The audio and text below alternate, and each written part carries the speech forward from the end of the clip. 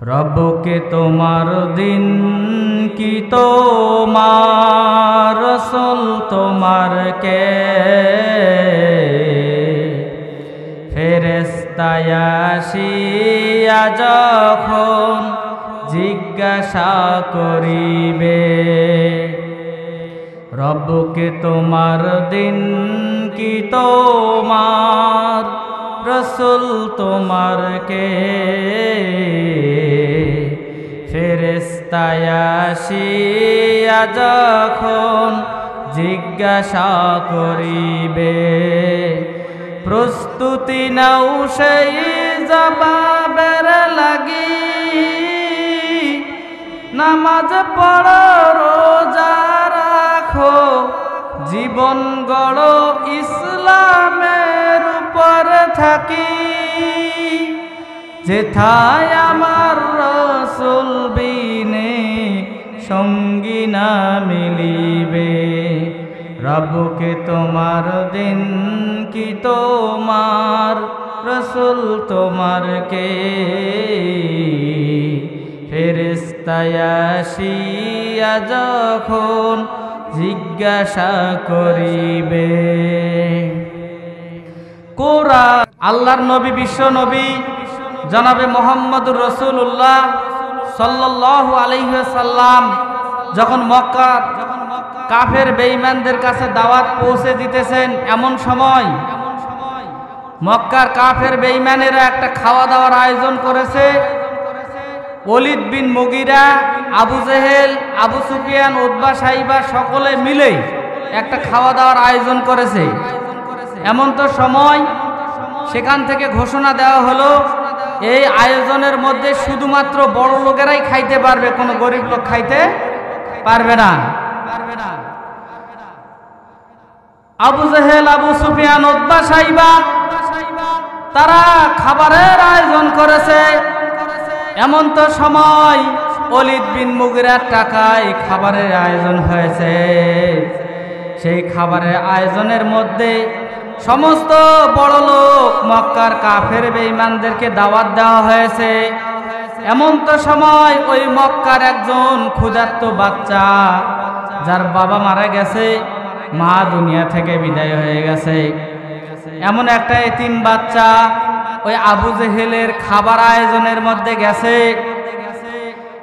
Abu Lahab Abu Sufian Utba Saiba খাওয়া দাওয়ার আয়োজনের মধ্যে ওই এতিম বাচ্চা যাওয়ার পরে আবু জেহেল দেখতেছে কার পাতের মধ্যে তরকারি কম পড়তেছে না বেশি পড়তেছে এইটা দেখতেছে এমন তো সময় আয়োজন করেছেন ওলীদ বিন মুগীরা আর আবু জেহেল তাকায় দেখতেছে খাবার দাবার কেমন হচ্ছে এমন তো সময় ওই 3 দিনের না খাওয়া এতিম বাচ্চাটা 3 দিনের না খাওয়া এতিম বাচ্চাটা আবু জেহেলের চোখের মধ্যে পড়ে গেল আবু জেহেল ডাক দিয়ে বলল তুই কে রে তুই তো বড় লোকের সন্তান নয় তুই বড় লোক মানুষের খাবারের মধ্যে কেন এসেছিস আবু জেহেল এই কথাটা বলার পরে ছোট্ট বাচ্চাটা ডাক দিয়ে বললেন স্যার আমি ছোট্ট মানুষ আমি যদি অল্প একটু খাই আপনাদের খাবারের কোনো শর্ট হবে না আমাকে খাইতে দেন এইরকম বাচ্চাটা বলতেছে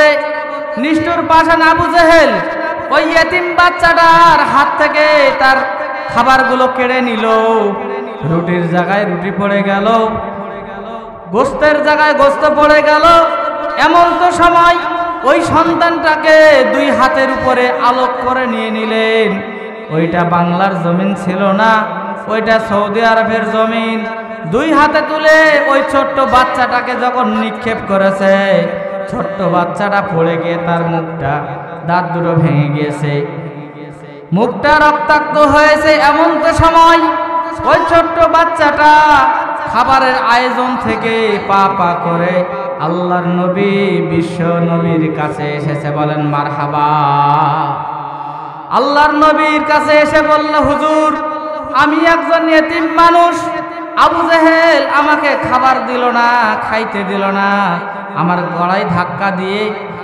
গলায় ধাক্কা দিয়ে সেখান থেকে বের করে দিল ইয়া রাসূলুল্লাহ ইয়া হাবিবাল্লাহ আমি 3 দিনের না খাওয়া এইটা যখন বলল আল্লাহ রাব্বুল আলামিন এই ঘটনার উপরে ভিত্তি করে সূরা মাউন নাজিল করে দিলেন। বলেন মারহাবা।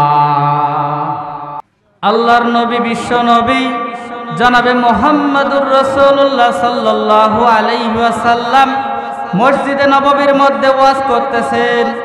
আল্লাহর নবী, বিশ্ব নবী মসজিদে নববীর মধ্যে ওয়াজ করতেছে। এমন সময় আল্লাহর নবীর একজন সাহাবী এসে কান্নাকাটি করতেছে। আল্লাহর নবী ডাক দিয়ে বললেন, দেখো তো আমার কোন সাহাবী কান্দে, দেখো তো আমার কোন সাহাবী কান্দে। আল্লাহর নবী সাহাবী বললেন, ইয়া রাসূলুল্লাহ, ইয়া হাবিবাল্লাহ, আপনার একজন যুবক সাহাবী কান্দে। আল্লাহর নবী ডাক দিয়ে বললেন, সাহাবীরা তুমি আমার কাছে চলে আসো, তুমি আমার কাছে আসো, তুমি কি কারণে এই মসজিদুন নববীতে কাঁদতেছো তুমি বলো। আল্লাহর নবী সাহাবী বললেন, ইয়া রাসূলুল্লাহ, ইয়া হাবিবাল্লাহ, আমি একজন যুবক মানুষ, আমি একজন ব্যবসায়িক মানুষ, আমি ব্যবসা করার জন্য বাইরে চলে যাব।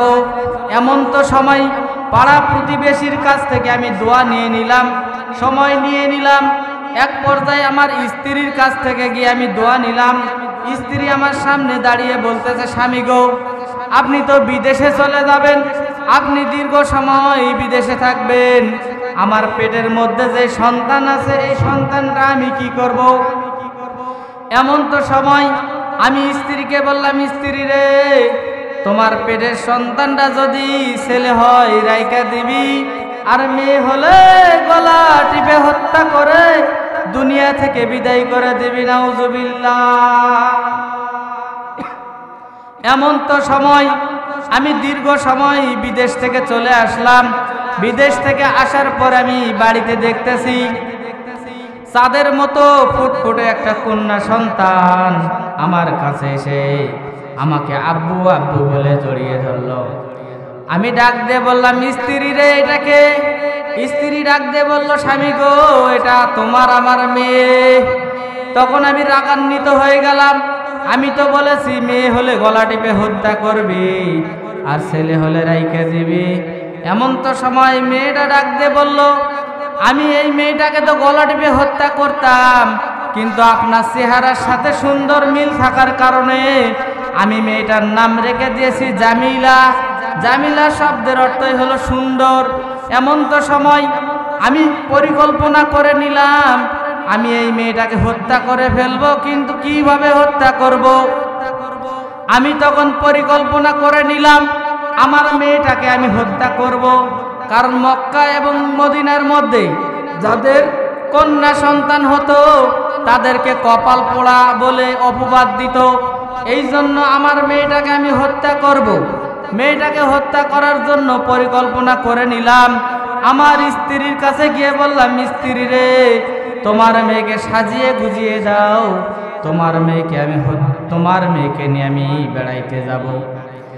আমার স্ত্রী সরল বিশ্বাসে বলল, হয়তো মেয়েটা বড় হয়েছে যার কারণে মায়া লেগে গেছে, হয়তো বাবাকে হত্যা করবে না, বাবা আমাকে হত্যা করবে না। সরল বিশ্বাসে মেয়েটাকে সাজিয়ে গুজিয়ে দেওয়া হলো। মেয়েটাকে সাজিয়ে গুজিয়ে দেওয়া হলো। আমি দাহিয়াতুল কালবি আমার ছোট্ট মেয়েটাকে নিয়ে নির্জন রাস্তা দিয়ে যাইতেছি, যেখানে গিয়ে আমার মেয়েটাকে হত্যা করব। এমন তো সময় মেয়েটাকে বসিয়ে রেখে আমি একটা কবর খনন করা শুরু করে দিলাম, যেখানে আমার মেয়েটাকে আমি দাফন করে দিব জীবিত অবস্থায়। এক পর্যায়ে কবর খনন করতেছি, গর্ত খনন করতেছি, আমার শরীরের মধ্যে ময়লা এসে লাগে, আমার দাড়ি মোবারকে এসে ধুলা বালু এসে লাগে। আমার মেয়েটা ডাক দিয়ে বলে, বাবা, তুমি নাকি আমাকে নিয়ে বেড়াইতে যাবে, তুমি কেন এখানে গর্ত খনন করো বাবা? তুমি নাকি বন্ধুর বাড়ি বেড়াইতে যাবে বাবা? আমার মেয়েটা এমন ভাবে বলল, তারপরও দয়া লাগলো না, মায়া লাগলো না। আমি আমার মেয়েটাকে হত্যা করার জন্য গর্ত খনন করতে করতে এক পর্যায়ে আমার দাড়িতে ময়লা লাগে, আমার মেয়েটা ঝাড়িয়ে দেয়। এই রকম করতে করতে মেয়েটা তো বোঝে না, তার জন্যই আমি গর্ত খনন করতেছি, তার জন্যই আমি মেয়েটাকে হত্যা করার জন্য কবর খনন করতেছি। এক পর্যায়ে আমার মেয়েটাকে আমি গলায় ধাক্কা দিয়ে গর্তের মধ্যে ফেলে দিলাম।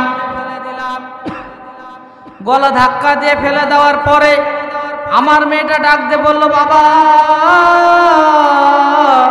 তুমি আমার জানে মাইরো না, তুমি আমার ছেড়ে দাও। আমি এমন একটা জায়গায় যাব যেই জায়গায় দাহিয়াতুল কালবি নামের কোনো মানুষকে চিনে না, তুমি আমার ছেড়ে দাও বাবা। এমন তো কাকুতি মিনতি করলো হুজুর, তারপর আমার দয়া লাগলো না, মায়া লাগলো না। আমি নিষ্ঠুর পাষাণ হয়ে আমার মেয়েটাকে একটার পর একটা পাথর নিক্ষেপ করতে শুরু করলাম। আমার মেয়েটাকে একটার পর একটা পাথর নিক্ষেপ করতে শুরু করলাম। আমার মেয়েটা রক্তাক্ত হয়ে আমার মেয়েটা শেষ কথা বলল, বাবা গো তুমি আমার জানে মাইরো না, আমার ছেড়ে দাও। এইটা বলার পরে আমার মেয়েটা এই দুনিয়া থেকে বিদায় হয়ে গেল। আল্লাহর নবী বললেন, সাহাবীরে নিজের বাবা হয়ে নিজের সন্তানকে কেউ কি এইভাবে হত্যা করতে পারে? এত বাপ ডাক শোনার পরেও তোমার দয়া লাগলো না, মায়া লাগলো না? যেহেতু তুমি ইসলাম কবুল করার আগে তুমি এই কাজটা করেছো, তুমি আমার হাতে হাত দাও, আবার কলেমাটা পড়ে নাও। আল্লাহ রব্বুল আলামিন অবশ্যই তোমার জীবনের গুনাহ মাফ করবে। বলেন মারহাবা। এইরকম একটা সময় ছিল, মেয়ে হয়ে জন্ম নিলে মেয়েদেরকে গলা টিপে হত্যা করত। আল্লাহর রাসূল এসে মেয়েদের দাম বাড়ায় দিয়েছে। বলেন মারহাবা।